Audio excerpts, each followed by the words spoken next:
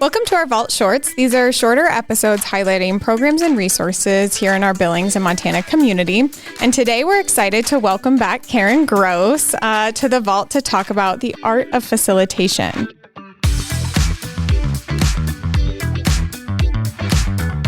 The following is a Big Sky Economic Development production.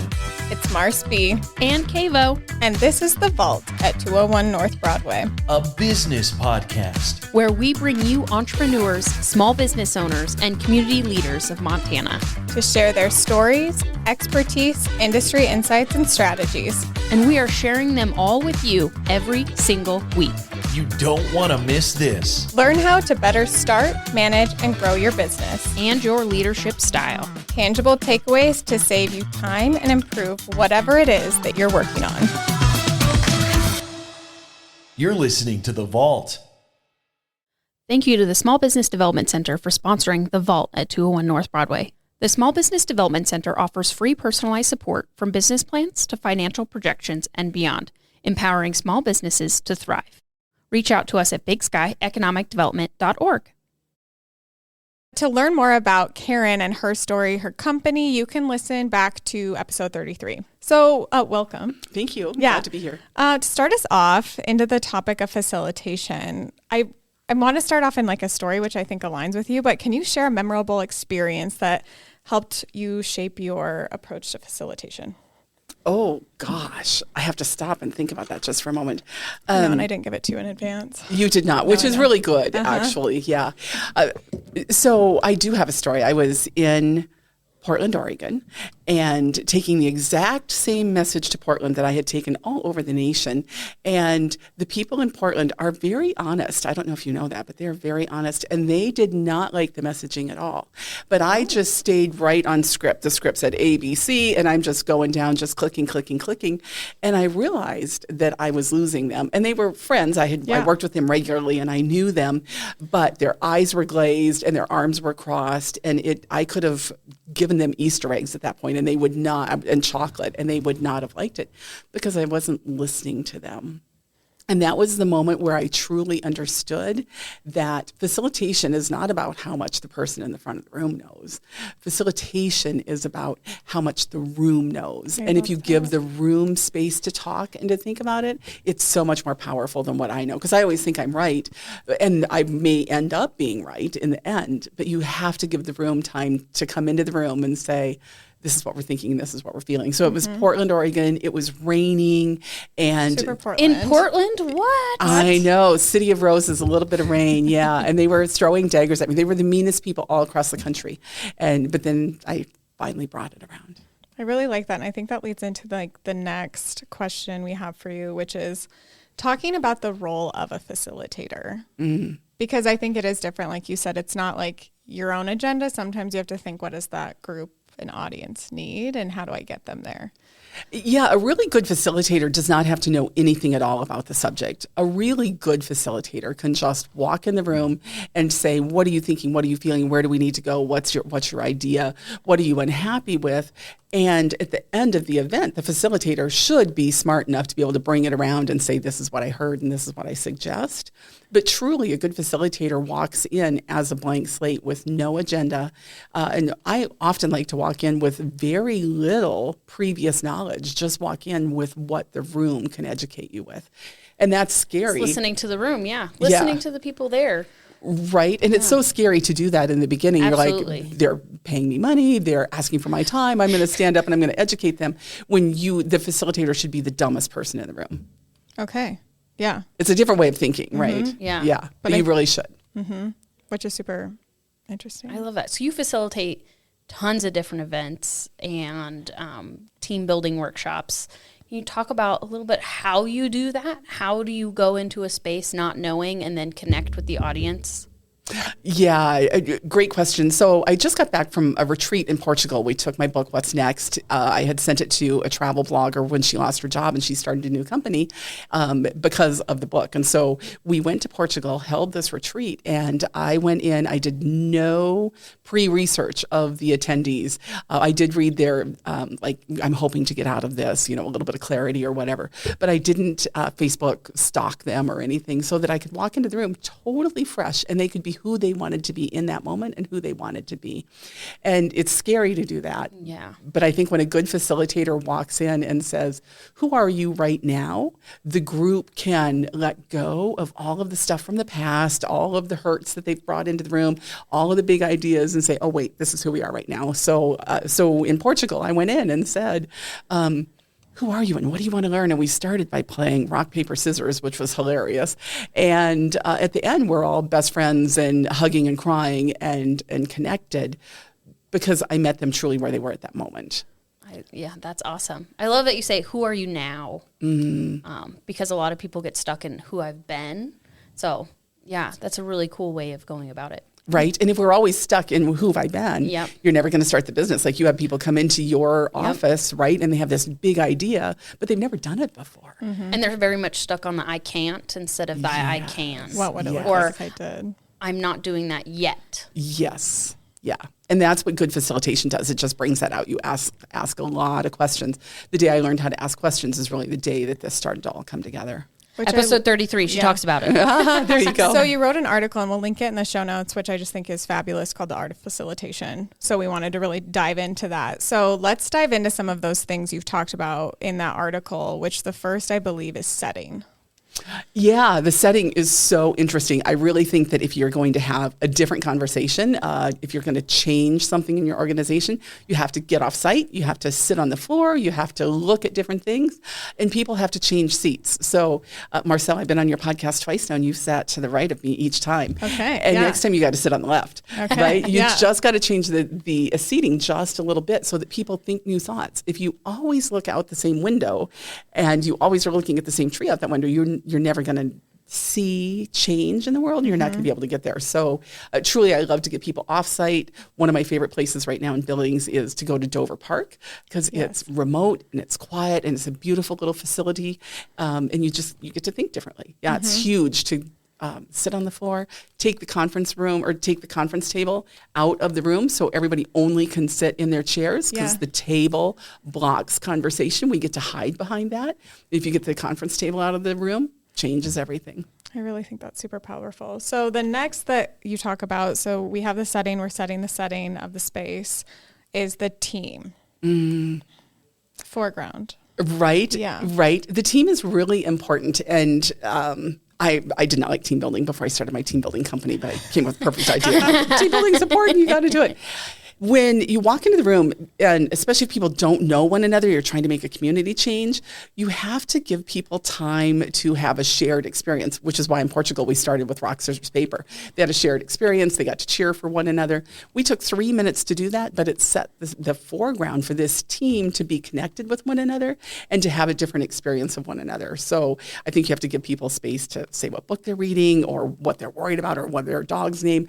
Just give every single person in the room a way to figure out their commonalities. And if you give time to that, the conversations are going to go much faster and they're going to be much deeper because you built that team first. It doesn't have to take all day, although I love it. If you can take 2 hours, that's great. But just give the time and the space for them to not feel rushed. Yes, I think, which is really cool to get to know each other. Yeah, figure out your commonalities because we might have completely different political feelings, but there's something in our world that we like. We might both like red licorice. And as soon as we find that out, we have a connection. Yeah. I definitely don't like black licorice. I don't mind red licorice. There you go. Yeah. I like chocolate cake. Me too. See, you now can we're do all it, in. Brucey. Right, it took that long.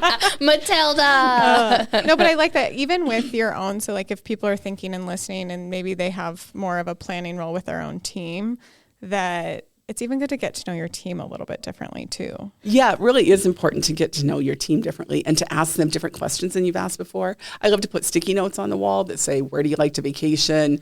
Or ask, like, would you go to the city? Would you go to the country? Would you go to the beach? Where do you vacation? Just have people vote on that. And we get to talk about something a little different. Yeah, help your team know one another in a different way. But it really bridges those commonalities. So the next thing in the article that you talk about, which it all ties really nicely together and bows the facilitation up nicely, but is collaboration. Yeah, collaboration is scary, right? Collaboration is being willing to say, here is my idea, here's what I'm thinking, and for you to say, well, that's shit. Pardon me, can I say that? Yeah. Oh, yes. We'll just mark it as explicit. Okay, very good. Yeah, you have to be able to say, here's my idea, and for somebody else in the room to be able to say, I like that idea, and I want to add this to it, or what if we change this? And you can't do that if you didn't build the team just a little bit, and that you have to be willing to give up that ego and say, I really feel that if you add your chocolate cake to our, I guess we're having red licorice, Yeah, I guess we are. right? It's going to make the party a little more fun. So being open to collaboration, and it's scary to be open to collaboration. As humans, we're very protective of ourselves.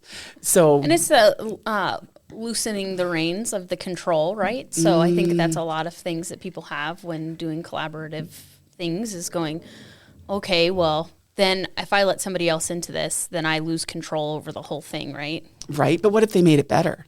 Exactly. Yeah. So it's that sick little game you have to play with yourself. Right. And so it's back to what you're doing in the world. When I bring my business idea into you and you say, well, what if you added this to it? If I'm open to the collaboration, I get to build something bigger and better. Yep. Yeah. But it is scary. So we've talked about setting, team, collaboration. Now let's chat about the bow on the package, so to speak. And it's fitting with like holiday coming up. But now how do you tie it all together? Yeah, so I think of this as the bow on the package. One of the things I talk about in the article is Mount Rushmore and what a collaboration that was and how it turned out so differently than they expected, right? It's one of my favorite monuments. Oh, right. So when you walk up to Mount Rushmore, Every time.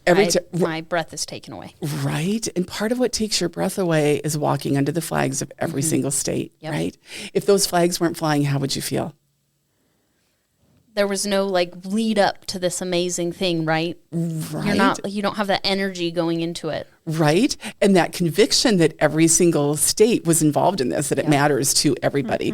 And so the shine really is saying, okay, so as a group, we agreed we're going to build Mount Rushmore and then we're all going to sign it. And so I love to put sticky paper on the wall. I'm all about old fashioned, but sticky paper on the wall and we all sign it and say, yeah, I agree to this. And that sparkle of we all said we're in on this and you take a picture and you say, this is what we believe in. Oh my gosh, that puts shine on the moment. And if I was sitting in that meeting the whole time thinking, I don't really know how I feel about this. And at the end you're like, but I'm going to trust the group and I'm going to put my little flag on this piece of paper and I'm going to have my picture taken, all of a sudden everybody's in and you get to do incredible things with that facilitation. And I think that's a really nice like visual for people, even if you haven't been to Mount Rushmore, but I'm sure you've seen pictures of it, the flags. It's fun to like find your own, I think the other cool part of that is like you find your own state because that's you, but then look at everyone that came together to do that project. Right. And so if you do that like with facilitation, right? Contributions. Right. So we had this big conversation. It maybe took 2 hours or it took 3 days.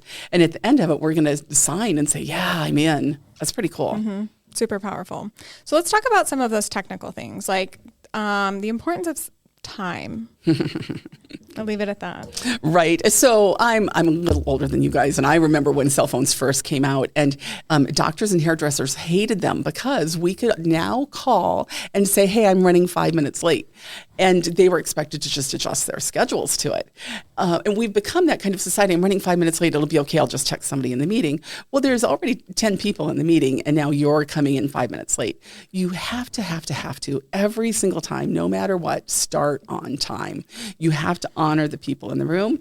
The person who is late, who texted they're going to be late, I don't care if they're the leader of the conversation, you start anyway. Now, you can do a fake start, but you still have to get started. Get started with a conversation. Yep. Have the conversation. Make sure that the people in the room know that you honor them and you're going to begin on time. And the exact same thing at the end of the meeting. If you're 30 minutes before the end of the process and you're like, oh, this is going to go long, I really think you have to stop and say, oh gosh, my friends, this conversation is going to go long. I told you we'd be done at 4:00. It's probably going to be 4:30. If you need to leave at 4:00, please just know you can get up and leave. But if you can stay, we really appreciate it. Mm-hmm. And then you have to stop at 4:00 or 4:30 or whatever that is. If you don't honor people's time, you're going to lose them because they're thinking, oh gosh, I needed to leave. I got to go pick up the kids. But they're also going to think, I'm not going again because she can't manage time. Mm-hmm. You have to manage it. And I think sometimes that's like the first time they're interacting with you. So, or in any setting, like meeting, group, Yeah. what is that first impression? Yeah. And Time's a big one. Right. And so one of the things I tell people is when you write your agenda for this is what we want to cover during the day, you have to cut 3 things because there's always something, it's always too long. It's always going to take more time than you think.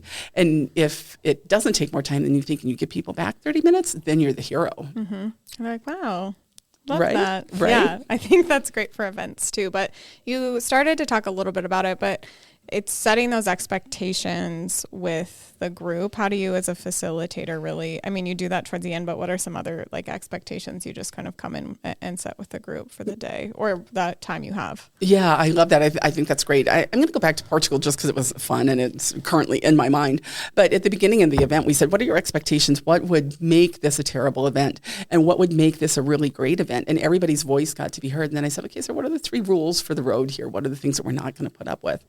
And almost always, if you're in a facilitation setting, people are going to say, we want to stay engaged, we want to be positive, and we want to end on time. And so when you set the expectations of, okay, this is what the group is asking, and this is what we need to accomplish by the end of the day, everybody is driving in the same direction, and it's easier to keep people on track. So if you say, we're going to go to point A, and somebody gets here, and they're like, oh my gosh, I'm going to chase this rabbit trail, the group can bring them back. And if a good facilitator knows how to bring or have the group bring somebody back from the rabbit trail back to we're going to point A. Mm-hmm. Yeah, I like that a lot. So I think something else you wrote in this, which it kind of comes back to setting, but just talking about, you know, when you're doing things with a group or your team, time of day, time of week, lighting, those kinds of things really matter to really set the tone. So what are your insights on that? It really does matter. A lot of times we like to, we're going to go get this done and we're going to do it on Monday morning. And people are not going to show up on Monday morning ready to participate. Some people, none of us, of course, have brown bottle flu on Monday morning, and they're just not really into it. And so Monday morning is not a good time to have a meeting, but neither is Friday afternoon because people are trying to get out the door. Mm-hmm. So if we're doing team building or we're doing big facilitations where we want people to have a change afterwards, I love to do those on Tuesday and Wednesday because they're into it, they're going to have really big thinking, and you can have really good results as you leave. Lighting is really important. If you want people to think, go ahead and turn the lights down just a little bit and say, ooh, we've kind of changed the mood here and we're going to give you space to just be calm and to think. Bright lights are really good for we're engaged and we're moving and we're rolling. And changing the lighting during the day, changing the setting, those type of things really helps people to stay engaged. If you sit in the same chair and the light is always the same and the tone of voice is always the same, people, you're going to lose them. Mm-hmm. So, thinking about that setting is really important. Yeah, I like that a lot. It's really good. I love changing the space up too. So if you're starting in like a horseshoe, then have them, move to just chairs in a circle. Oh my gosh, that's good. Yeah, yes. just having just that change just is phenomenal and getting them to refocus and start taking in the information again. Yeah, you guys were really good at using that with True Space when you're facilitating those. Mm-hmm. That was a great way to just refocus the group. You get to sit beside somebody new. If I've been sitting beside you all day and I'm kind of sick of whatever you're talking about, now I have somebody new that I can be excited with. Exactly. Yeah. Leadership Montana does that too with us. So it's like you're in your groups for the morning and then sometimes there'll be like a big circle for everyone. And then like when you come back, you're the next day or later in the day, you're with a different group at your table. I love it. So I think that's really fun. And then they tell us breaks, which I think coming back to your expectations, it's like on the agenda, there's slots for the breaks. So that people can, because we're very connected to our phones, that that there's a break coming and they can respond to whatever they need to at that time. Yeah, I think that's great. And I'm going to just hit on agendas just a little bit. I know that's an expectation and people come into a meeting, they're like, what's A, B, and C? I like to have a really loosey-goosey agenda so that you can go with the group. And again, as a facilitator, you have to be confident enough to, I'm just going to go where the group needs to go. But they also have to know, I am going to get a break. But I don't love them to know when you come back, we're going to be sitting in new seats. I love for them to walk into the room and be like, oh, holy cow, because it gives you that moment of, what's going on? And your brain engages for better conversation. Mm-hmm.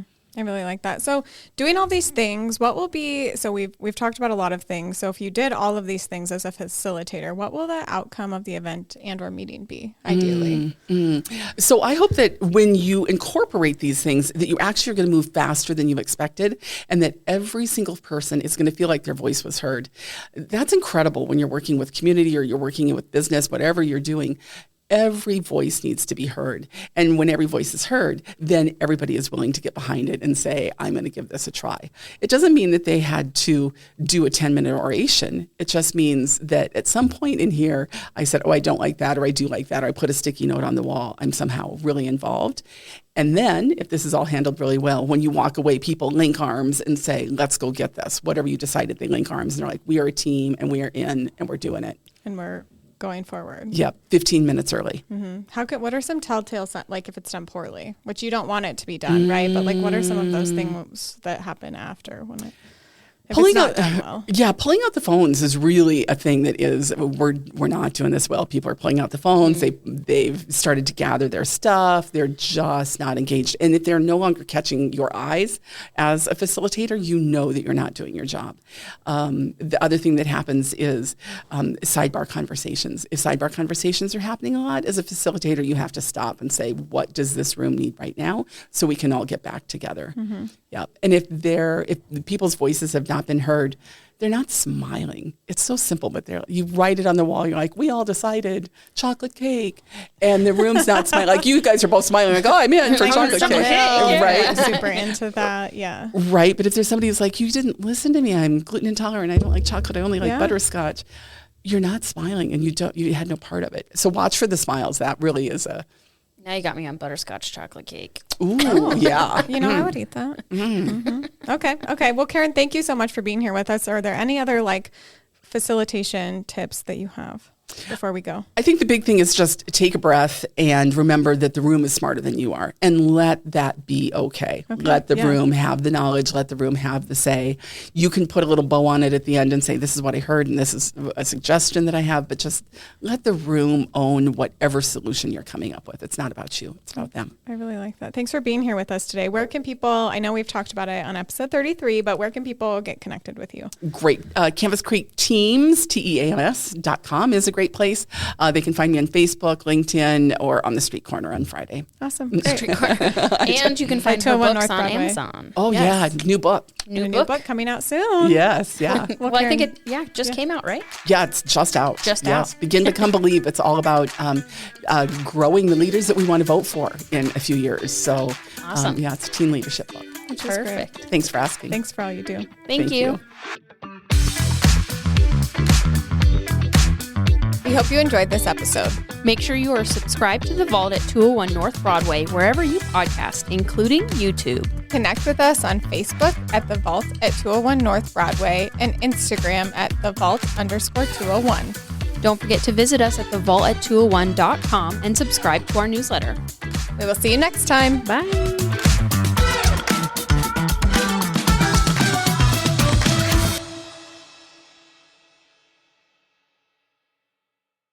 Thank you to Big Sky Economic Development for supporting The Vault at 201 North Broadway. Big Sky Economic Development provides leadership and resources for business creation, expansion, retention, new business recruitment, community development, and workforce development. Learn more at bigsky economicdevelopment.org.